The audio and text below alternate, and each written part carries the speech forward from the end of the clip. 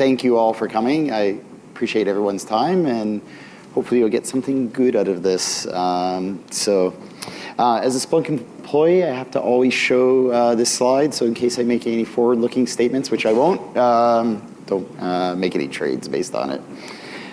So a little bit about myself. My name's Dean Jackson. Contact details are up there. I'm pretty passionate about this stuff.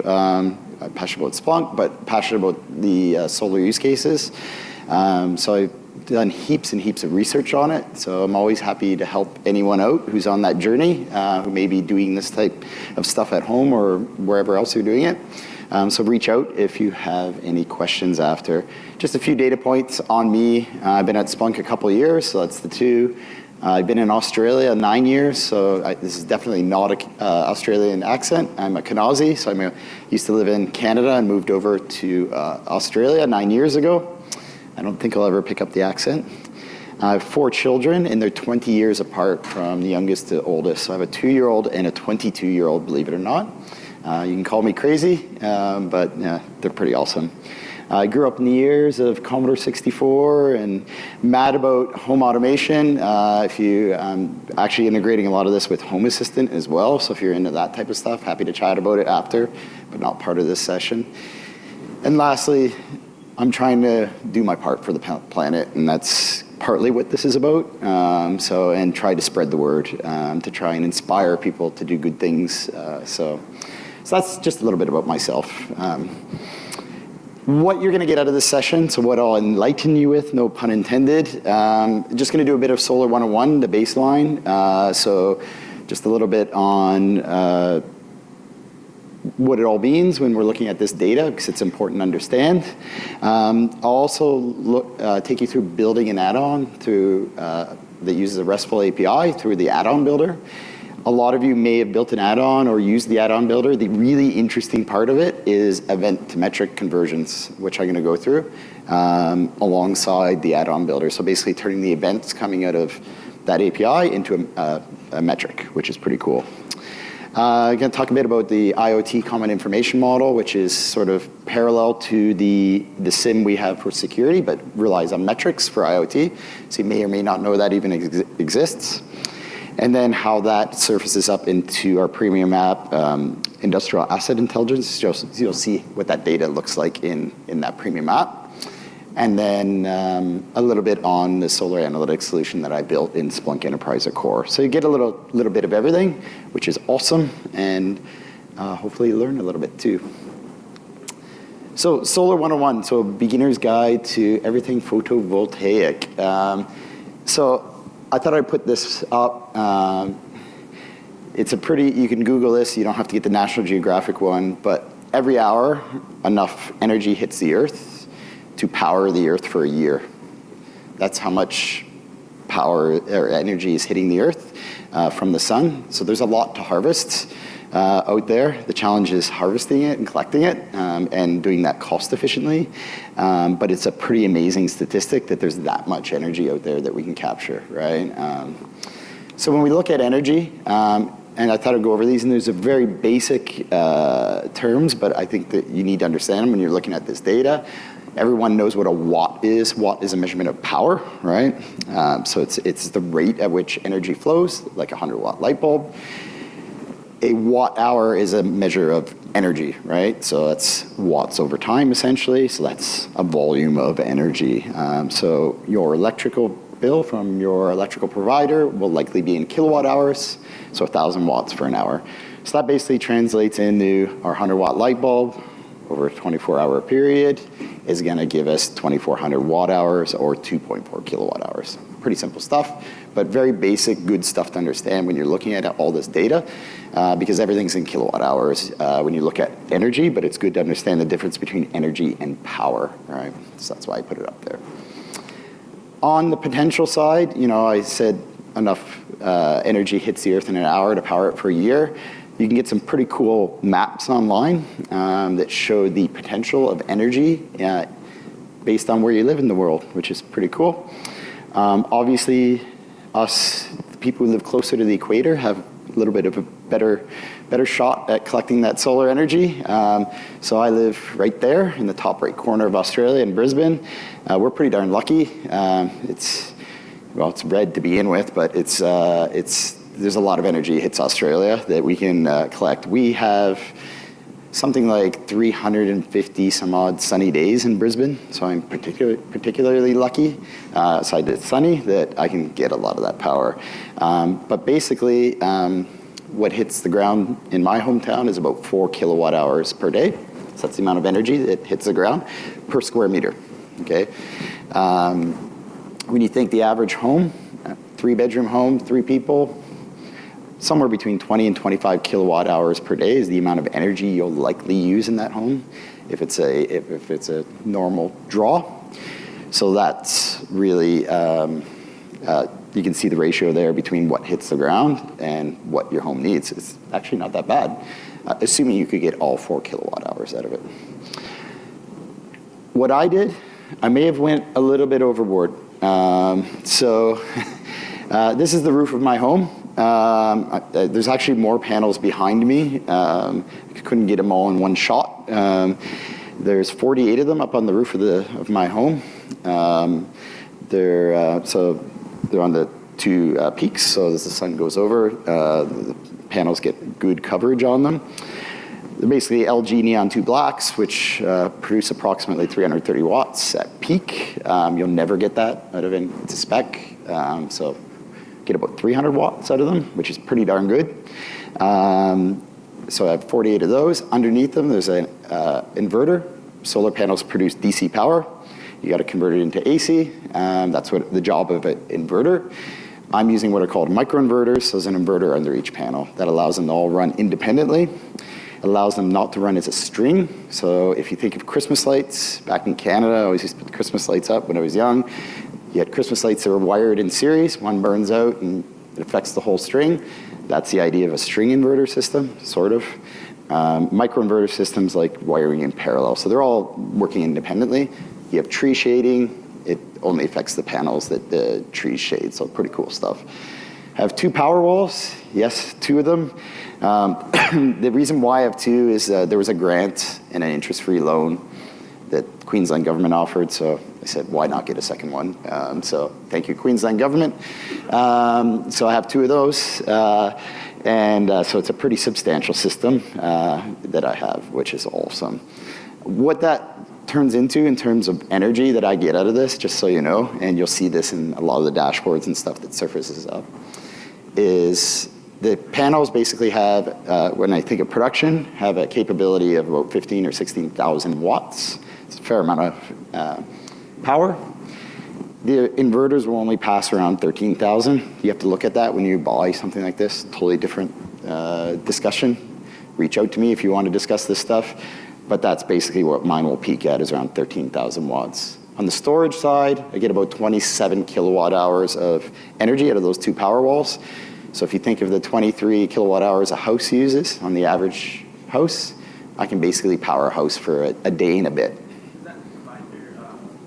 That's for both power walls. They're 13 and a half each, so that's for 2 of them. So it's enough. It takes the house through the night, and it also covers peaks that I'll show you in a second, which you'll see in Splunk. All that means that I can get up to around 90 kilowatt hours a day. It's a lot of power. I think it's going to be higher because I upgraded. I had 32 panels and went to 48, and I haven't been through a summer since I've upgraded them. I think it might be more like 100, but we'll see. But when you think about that, when I look at the square meterage of what the panels take up at 90 kilowatt hours a day, I'm getting about 1 kilowatt hour per square meter. So you remember that 4 number? I'm getting about 25% of the energy that's hitting the ground or the roof of my home. I'm collecting that, which is, I think, pretty awesome. And it's free, which is even better. This stuff wasn't free, but the energy is. What that means, that 90 kilowatt hours means I could take 900 100-watt light bulbs and run them for an hour. 900 light bulbs is a lot of light bulbs, right? Nobody runs traditional 100-watt ones anymore. And CO2 aversion, I guess you would say, At a rule of thumb for electricity is 3/4 of a kilogram of CO2 per kilowatt hour. If you were to generate that with a fossil fuel, it's a rule of thumb. It's not perfect. So approximately 60 kilograms of CO2 that would have been produced if that came from coal. Up in Queensland, unfortunately, a lot of our power comes from coal still. So that's a big savings. And even if I'm not using it, I'm feeding it into the grid. Somebody else is using my solar energy. So that's awesome. But they pay me for it. So that's a little bit of Solar 101. Those are the basics. It's also a bit of a sales pitch to try and get you to all put solar panels on your home, because that's my way to give back to the earth as well. So hopefully you will. But you'll see some of the stuff coming out of it. So what about getting the data into this? So this was a fun project. So if you look at what I put on the house, basically have two points that I can collect this data from. The power wall, actually I should start at the top. The end phase microinverters have a controller that talks to all the inverters. It's called Envoy. And it collects data on each individual panel, things like what each panel is producing in terms of watts, a whole bunch of other data. It also does metering. What that means is being able to collect where electricity is going in and out, like your power meter, but you're doing it yourself. I don't use it because the power wall does metering as well. So it's either one or the other. I use the one on the power wall. Obviously, you would choose this gear based on the quality, and I did do that, but a very important portion of how I chose this was whether it had an API. Everything I buy for my home has to have an API, so I can collect some data from it because I work at Splunk. So I was lucky enough that these two very good quality products also have APIs, both local and remote. So basically you can pull these RESTful APIs. On the end phase side, it pushes a whole bunch of data up to the cloud that you can see on the app that they have that you look at. It also has a local API that you get kind of some of the similar data and some not out of. And then on the Tesla side, same thing. They push all the data up to the cloud. Tesla app looks at that. The Tesla local API is quite robust. It's really good. So I'm mostly using that one to get all the data and a little bit off the end phase one. So that's sort of how all this builds together.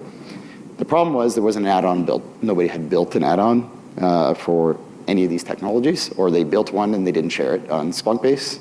So that's a pitch to please post back to Splunk Base if you build something.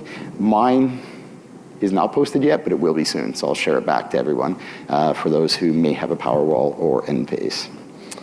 What it looks like. So here's on the Tesla side. It's called an energy gateway, the Tesla energy gateway. It looks like a little mini Powerwall. The Powerwall is like just a white, really nice looking white box. The gateway is like a little version of that. It's basically a Linux host in there, and it's doing the metering, and then it surfaces the API and sends data up to Tesla, either through your broadband connection, or it has an embedded 4G card as a backup.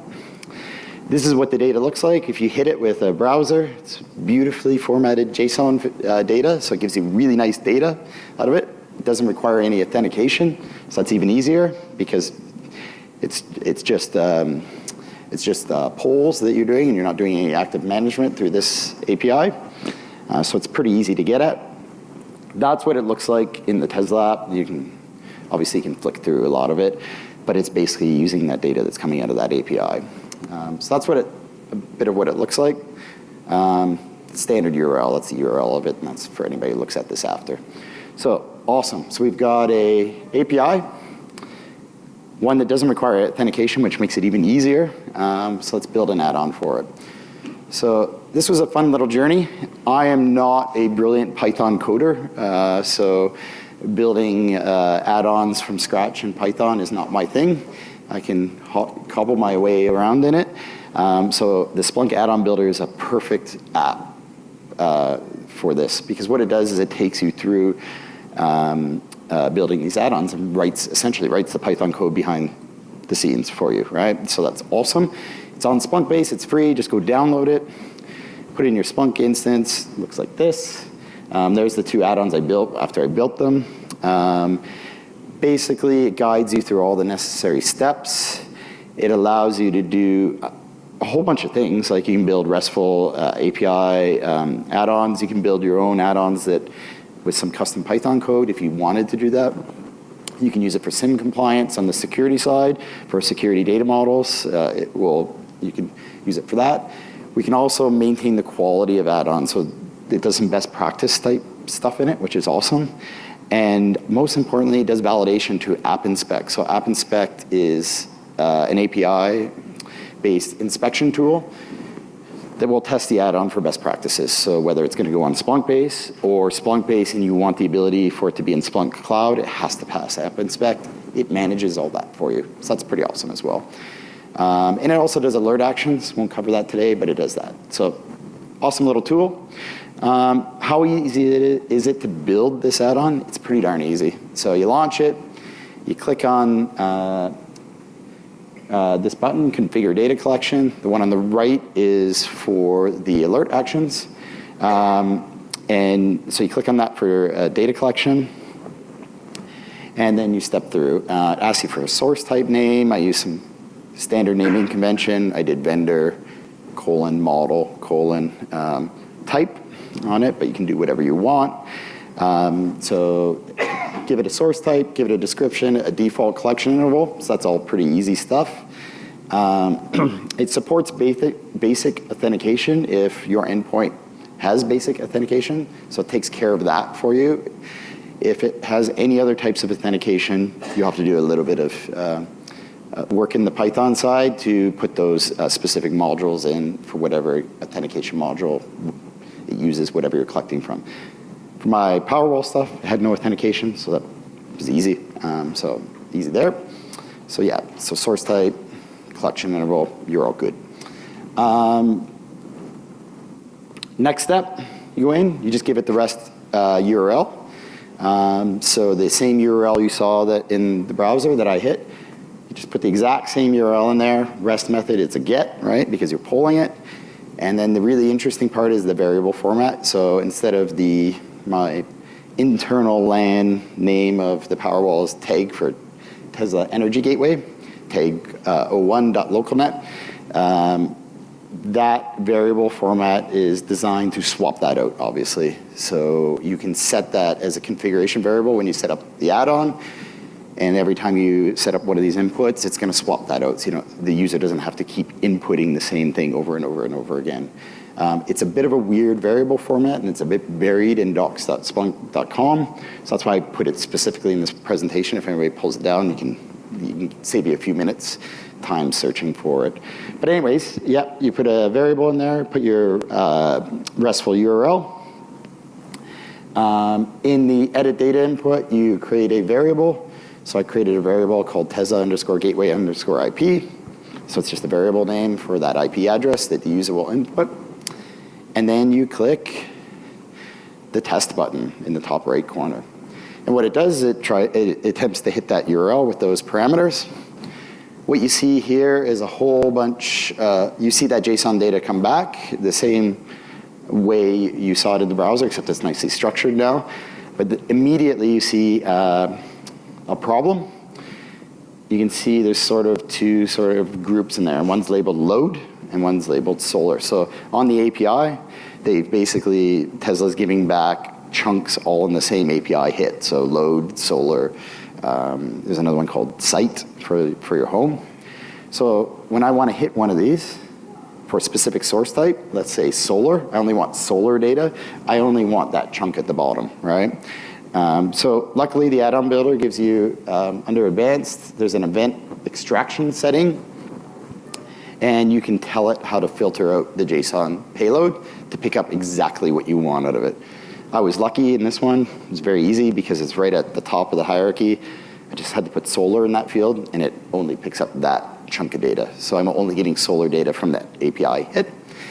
When I want to do site or load, I do the exact same thing. I just change the bit in the bottom to load or site.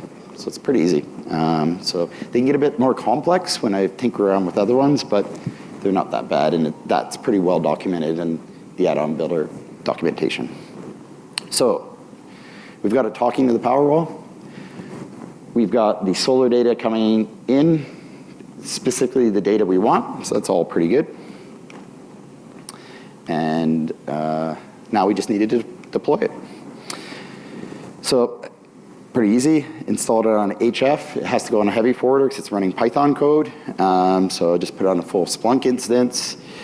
When I installed it for the first time, you get a standard setup panel in it that has inputs, configuration, and search. Under configuration, there's add-on settings that you can see in the top right. And that's where the user puts in the Energy Gateway IP address. So it's pretty simple. They only have to do that once, and it's just there for the duration. Down below, you see the inputs. You just go through and add the inputs that you want to collect. So I've preset them up, so it's all pretty straightforward stuff. Excuse me. So there's the IP. Down below, the inputs, you set up the indexes and the collection interval. You'll see there that for the gateway config, I have a Tesla index, which is an event index. And then I have a metric index. And I'm going to explain this in a second, why I did that. But you have the ability to choose whichever index you want. And then what we have is data ingested. So now you see the data in nice JSON format. Sorry. In Splunk, so the same format that you saw before. It's awesome because it's nicely laid out. But the challenge with this, and it's not a challenge, if you look at all that data, I don't need all that data. I have instant power. I have things like current. I have a 3-phase home, so it's got current per phase. I didn't want that data, so I want to filter some of that out and be more efficient. So that's where we go to the metrics conversion bit. Any questions on this so far? Pretty straightforward. Excuse me. So metrics versus events. So we've got an add-on that basically pulls an API and brings in events from an endpoint, so a RESTful endpoint. Everybody knows what an event is, hopefully, but it's a data payload. It could be single or multi-line. That's what you see here. That's coming out of the Powerwall. It's usually used for root cause analysis, those types of things. It's just what we're used to in Splunk. But if you look at all that data, like I said before, it's all numeric, all of it. So why do I need to bring in all that data in that format? So if I look at a metric contains a few important fields. It contains a metric name, so what you're going to call it. Obviously the _time field, the internal field, a value, so what is that metric value, and a dimension, at least one. Think of a dimension as an attribute of that metric, okay? So that's pretty straightforward. The benefits of using metrics for this type of data is it's lightweight, so they're numeric, it's all numeric data, super fast. So you'll see the dashboards, I'll show you in a bit. I can go to a week or a month of data and they populate super quick, right? Because it doesn't have to trawl through all that event data. So that's probably the biggest benefit. And you can do some pretty awesome statistical analysis. Here you see a SPL command with metrics. If you haven't used them before, they're totally different commands. So in SPL, so it's kind of foreign, right? So you have to use commands like mcatalog to look at them, or mstats to do stats on them. So it's a bit different than what you find with events. But what you see here is I've listed the metric names that are coming in, and you see the very same sort of key value names that you saw in the JSON data, but it's in as metrics. And you'll see what this looks like in a second. If you're looking at doing metrics, because I had to do a bit of research when I was building all this, we always talk about the latest and greatest at Splunk Conf, but the reality is not all of us are there. Be mindful that metrics support started in 7.0 plus, so you have to be at least 7. Hopefully you are. But really what's important is the feature I'm going to show you next, the metric or event to metric conversion at ingest wasn't added till 7.2. So metrics were added in 7.0, but to convert them in flight with props and transforms or through the GUI wasn't added to 7.2. So be mindful of that. If you have a 7.2 heavy forwarder, it doesn't matter what your indexers are. If you have a 7.2 indexer, then you could use a UF. So just a bit of a chart there, how to get through it all, but hopefully you should all be at 7.2. So, but just be mindful of it. And they do require a metric index. So when you create an index, you have to say metrics if you've never done one before. Some did you knows. So in Splunk, there's a metrics workspace. We've renamed it. So it's no longer labeled metrics. It's analytics now, but it's the same thing. So that's as of Splunk 8. That metrics workspace was added in 7.3 as a core part of Splunk. If you're at 7.2, it's not there. It's an app. You install it on, so just be mindful of that. But I'm going to show you it in a second with this data.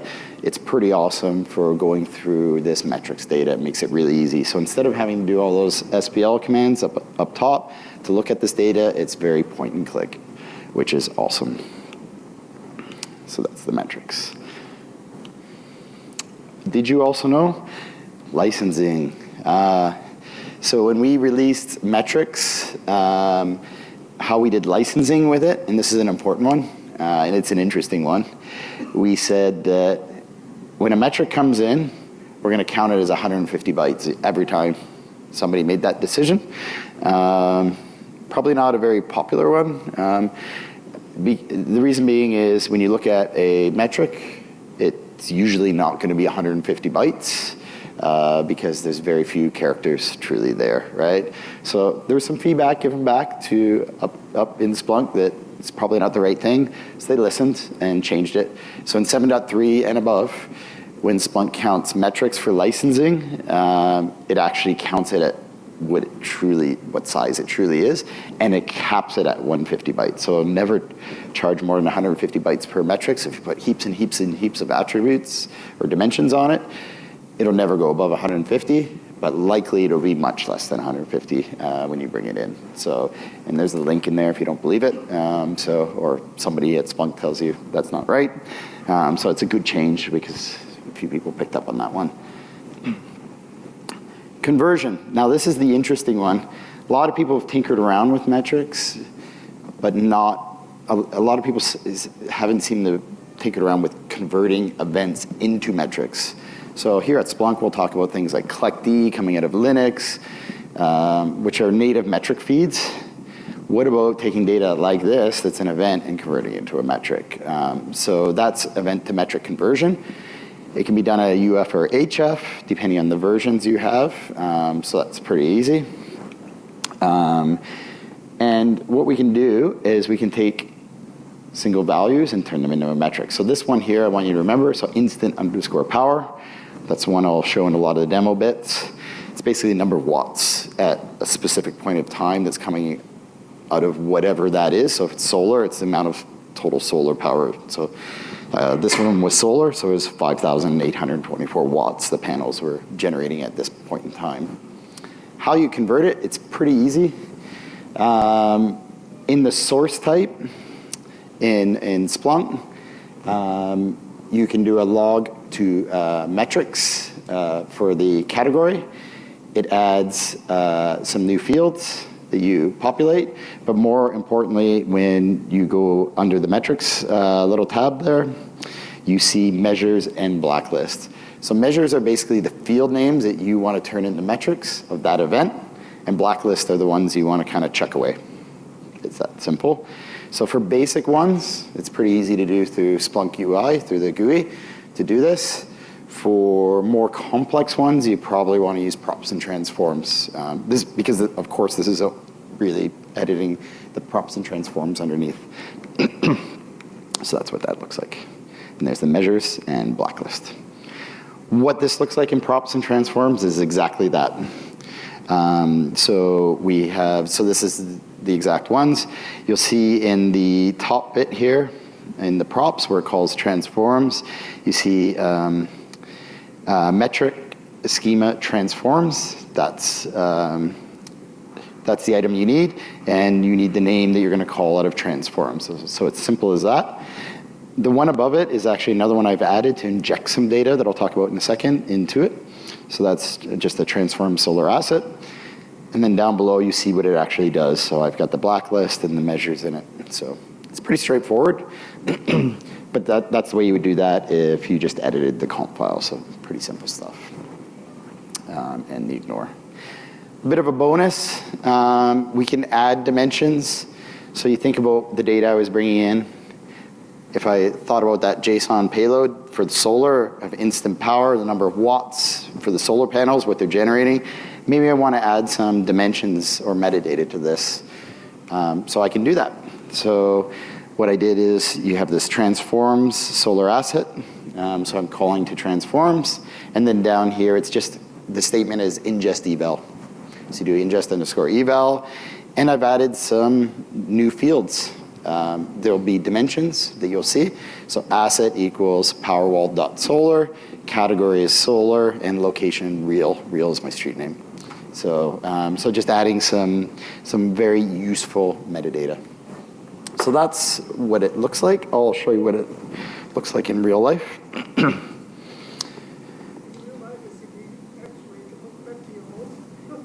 I'm VPN'd into my home right now. Yeah. So, yeah. There we go. And hopefully it'll work. Yes. So if first of all, just show you the quick browse in here. Let me do that. In the metrics workspace, so this is just the search head in my Splunk environment where the data is coming into. There we go. So this is the metrics workspace, now called analytics in Splunk 8. All you have to do is simply open this up. Now I've got some other metrics coming in here. I've got some Linux boxes, so you see like CPU, idle, CPU system, those types of things. I'll make it even bigger. But you see all these ones: frequency, energy imported, instant power. You recognize that one. That's a native metric so basically the add-on I built, I have those props and transforms on it. The JSON payload comes in, it converts it into the metric on the fly, right? So we'll just take one of these. So I'll take instant power, for example. I click on it, so now I don't have to do any mstats commands or any mcatalog commands, which aren't bad commands, they're awesome, but this is pretty easy, right? So I can see instant power here. I can change the aggregations on it. Maybe I change it to max, which is pretty cool. But maybe I want to change what I'm looking at. Because you have to remember, it's a kind of a different mind space you're in with metrics. There's a whole bunch of overlapping metrics that are instant power. So I've got, because I've normalized them, so I've got instant power for my Enphase data, I've got instant power for the Tesla data, so they're all overlapping. How you deal with that is use those dimensions. So I can do filters. So I can do split bys, I can split by, maybe I'll do a split by category. That's an interesting one. And let's change the time. Obviously, you can have different time windows, so I'm going to do the last 7 days. Pretty cool, right? So now I see here battery. That's a category. Remember, I injected all those labels with ingest eval. So when I pulled the API for battery, I injected that category name there. So now I can split by this, right? So I can see the specific battery. You can see it going from charge to usage. Grid usage, there's an interesting one. They're all negative. That means it's all going out. There's none coming in. That's so pretty awesome. Inverter and site. So that's basically what my home is using, just the power usage of the home. And then solar, and you can see this over days, and you can see the cloudy days. That's a cloudy day there. Just hover over that. You can see about the third bump. There's a bunch of clouds. We don't get a lot of those, but didn't generate as much that day. So it's pretty awesome. So you can do all sorts of splits in this, within this view. Just show one other quick one while we're here, is state of energy. That's a fancy way of saying charge. So that's the charge in the power wall, going from 100% draining, coming back up, draining day after day after day, doing its hard work for me, which is pretty cool. So that's a view of what these look like in the metrics or analytics workspace. Very, very simple way to work with it. You can export any of these into a dashboard. You can create a screenshot, and of course you can export it as SPL, so you can see the underlying mstats command of that. So if you're not very good with that, it's a great way to learn it. So pretty awesome stuff. So that's a little bit about that. How does this look when we bubble it up into IAI? So IAI is short for Industrial Asset Intelligence. We see it being used at a lot of different customers in the industrial space. We have this package. This isn't the point of the session to talk about the package, but basically it relies on metrics as the feed, solely on metrics for the data, events for alert data. That comes in, it goes through our common information model, which I'm going to show you. That's the more important part. And then it surfaces up, and I'm going to show you what it looks like in IAI, Industrial Asset Intelligence, and we can do other things with it with our Essentials packs. What does the IoT Common Information Model look like? If you've worked with the Common Information Model on the security side, it's completely different.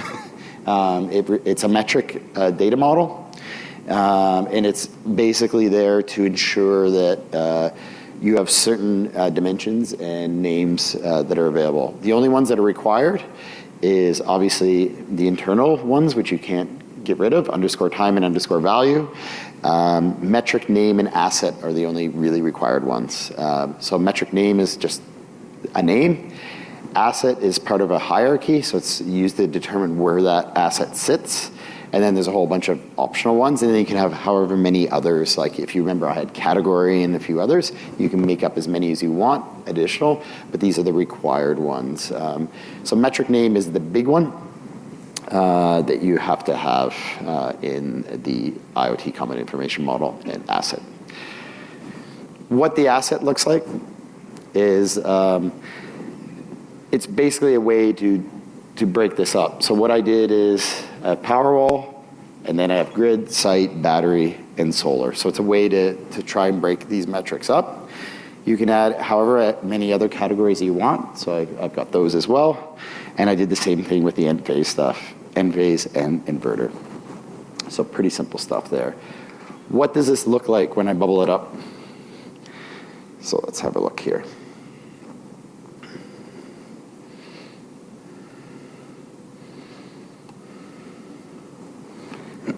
So look, very same search head, very same metric data that's in there, but a slightly different view on it. It's just a little bit of a delay. It's going about 14,000 kilometers, so it's a bit far. So you click on the settings button, you upload your asset hierarchy, which you just saw, which is just telling it how to break this data apart. So those CSV files with those layers in it. And what that translates into is an awesome way to analyze the data. Now, what you'll see with this is it looks very similar to the metrics workspace, because it should. It's the same underlying code for this little bit of industrial asset intelligence. But the difference is this. This is what the asset hierarchy does. And if you think of if this was used not at my home, but for a large installation, you might have thousands, hundreds of thousands of assets. You need a hierarchy for that to traverse through it. That's what this is for. So I've simulated that here because it is actually pretty good. So see Tesla Energy, Powerwall, that's layer 0. Layer 1 is solar. And you see the very same metrics that I showed you before. Just with a different view. So this makes it very easy to get through large amounts of assets with that asset hierarchy.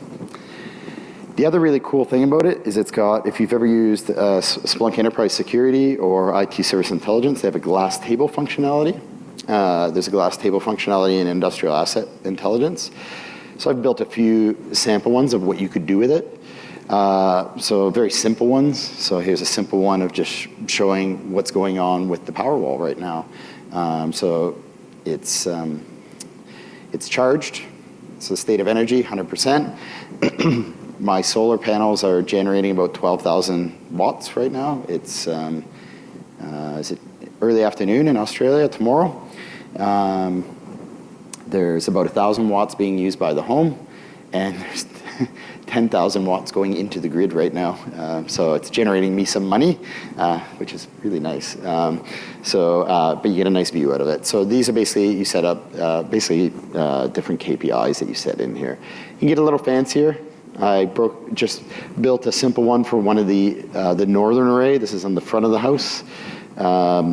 So this is individual panel production.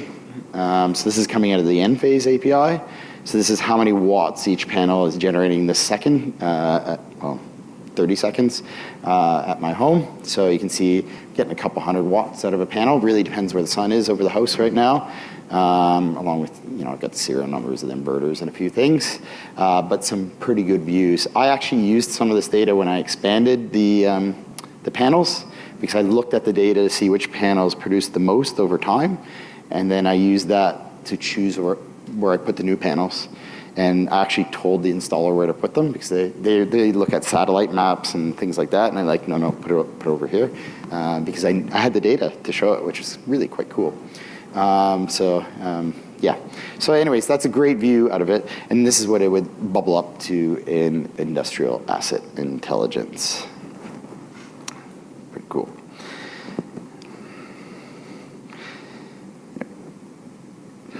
So the solar analytics bit. Just want to be mindful of time. This will never be done. As a Splunker, I will always be working on it. But why would you actually do this? From the cost side, calculating costs, return on investment, everybody is concerned on return on investment with solar. I'm spending a lot of money on these panels. Am I getting my money back? And also like CO2 aversion with it. That's actually a screenshot from, I use a company called AGL for my power. I don't think they like me very much. But the yellow on the left is from their meter, from the proper meter, what's going into the grid. The right that has nothing is what what's come into my house from the grid, which was almost nothing last quarter. There's just two little blips. You can see the numbers there. I just finished last quarter. They owed me $479 for 3 months. That's after paying all the fees, the connection fees and all that stuff you pay every day. They're cutting me a check, right? It's weird, they only pay in checks. Yeah, pretty awesome stuff. So you have that as a data source. And then I've showed you the two sides.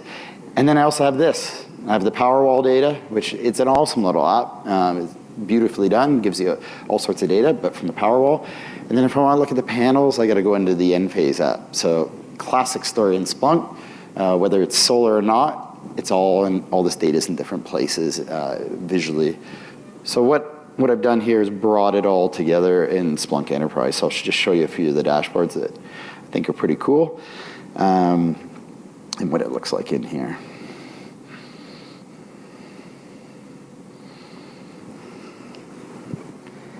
So I have an overview dashboard that gives basically an overview of all the metrics within the environment. By the way, I stole most of the T-stats commands out of the metrics workspace to build these. It was just easier because it does it for you. So very quickly, I can see classic Splunk dashboard. I can see time. We're on today. You can see today, like I said, it's the afternoon back home. Or is it midday? 29 kilowatt hours has come off the roof so far. The home's only used 9, so we're probably halfway through the day. You can see battery feed in. This is the number of kilowatt hours that's gone into the battery to recharge them. And I've used some from the battery today. That was probably post-midnight because it's today, before the sun came up back home. You can very quickly switch to something like 7 days, and you'll see how fast these things, boom, they're up. That's all metrics, right? Super fast. You get some awesome views out of this, and some fun ones. So I did some things like, so this is 7 days now that I've changed to. What would the last 7 days have cost me if I had no solar on the roof of my home? $53.62. I pay 24 cents a kilowatt hour, much more than I'm sure you do here. It's Australia, it's a tax, everything's more expensive. So I pay 24, I get 20 feed in. So every kilowatt hour I put in, I get 20 back. So they kind of rip us off. Home power usage, actual cost is nothing because I haven't drawn anything from the grid, like zero. And the feed-in credit, basically at 20 cents a kilowatt hour feed-in, in the last 7 days, I've generated $61 of profit for myself. The CO2 aversion, based on if it all would have been coal-based electricity generated at that, would be 400 kilograms, so you can take that for what it is. But the payback, so based on this data, looking at this data, if I had only considered solar, forget the batteries for a second, so what I spent on it all, it'd be paid off in 3 years. The panels have a 25-year warranty. So I think it makes sense. With the batteries, and a lot of people claim batteries are terrible because they're so expensive, it's still only 5.4 years payback with the batteries. I think it's pretty good. Yep. Do you do all the installation yourself? No. Yeah, no. Advice, and this is for a separate discussion, choose an awesome installer. You gotta do heaps of research on it. Things like how they mount them, where, the type of kit they use to mount them. And like any installers, they can do dodgy things. So you gotta be careful. Yeah, I didn't install any of it. Probably would've killed myself. Yeah, because there's a lot of power up there. Some interesting facts, battery usage. 44% of my power came from batteries. And 55 from solar. So because it's taking me through the night, right? So that's how I get 0 in my home. Just want to be mindful of time. I only have a couple more to show you, and then we're done. Solar production, some fun little dashboards. You can see here, these are individual panels here that we have. This is just overall solar production. You see what time the sun comes up in good old Brisbane. We don't do daylight savings, so 5 o'clock in the morning, they start generating power. Kookaburras get up at 4:30, hence why I get up early. Grid, you get some other good details out of it. Now you can see some of the benefits of bringing this in because you get lots of different data sources in one spot. First of all, I can see if the grid's up. Tesla tells me that. It's pretty cool. When the grid goes down, it takes over. So even if I was using power from the grid, it doesn't matter. The batteries will take over instantly. The power never goes out in my home, ever, which is great because we get a lot of storms. So some good stuff there. Fun little visualization. Thanks to Ryan, my colleague, for suggesting this one. An HTML panel back to the gateway. It exposes this in the gateway. It's just an HTML panel, so it looks like I've done something really incredible there, but it's just pointing back to the Tesla gateway so I can see what's going on there. So you can see the 12,000 watts. Serial numbers, what the batteries are at, some other fun things there. So those are some simple little dashboards. Obviously a lot of work in progress on this. Bring some weather data and some other things in at a later date, but pretty awesome so far for this. So that is, that's about it. Hopefully you were enlightened. Just what we went over, just so you know. RESTful APIs are easy to build with the add-on builder. Metrics are easy to use and awesome. Give event to metric conversions a go, especially when you have very numeric data like this. And most importantly, the bottom two, the ROI on solar is awesome. And we don't do everything in our life based on ROI. I don't buy food based on return on investment. I don't buy my car that way. And it's a good thing for the planet. So, but the ROI still is good. So have a look at it if you don't have solar on your house. Thanks for your time. Thanks for coming out so late in the day. I'll stick around for questions. And I'll be a pirate tonight. So look for the pirate, the Canadian-Australian pirate. But thanks. Awesome.